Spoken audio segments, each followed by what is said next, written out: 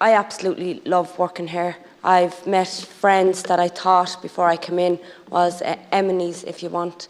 I have a good relationship with the majority of other members and genuinely feel an equal member to this House to be able to vote, to get up and to have a say. Last night I got a taxi home from town and the taxi driver refused to take me into my house in halting site. So if I went down to be the President of Ireland or being a top sergeant or whatever you may want to go on to be, no matter what you are or no matter who you are, to a lot of people, I'm still just a member of the traveller community. I'm still just a pikey, an acker, somebody who came from absolutely nothing. And last night I felt that very, very right to the gut of my stomach, thinking, oh my God, you're never going to be good enough in society, no matter what you do.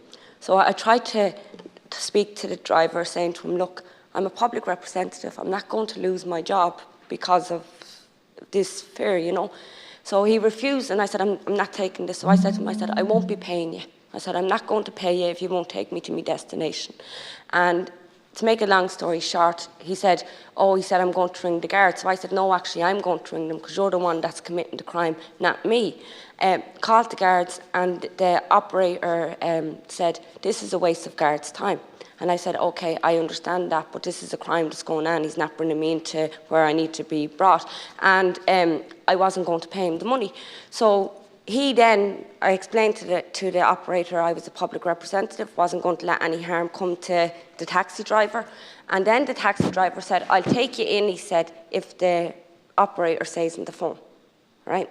So I had to go through all of that. Now, I welcome the hate crime legislation that will be brought before this House in the coming weeks. We have some small amendments to make to that bill. Hopefully they will be accepted. And also welcome the €1 million from the National Action Against Racism plan to tackle racism in this country. We have a long way to go, Leader, before we tackle racism in this country. And to be not brought in to where you need to go, you know, and to be judged on the basis of everybody in the community. We don't judge settled people and even the gangs that we're seeing nowadays. We don't come in and say, you're all the same. But unfortunately, when you're a member of the traveller community, even in 2023, being a senator, no matter what you be, you will experience racism and discrimination. And again, we need to do more than tackle it. We need to protect people and put the good legislations in place. So I wanted to share that story with my colleagues this morning and to encourage people to do what I did last night, to call the gardaí, because you're not wasting guards' time, you're not committing the crime. The person who's refusing you to bring you home is committing the crime. Thank you. Thank you. Well said, Senator.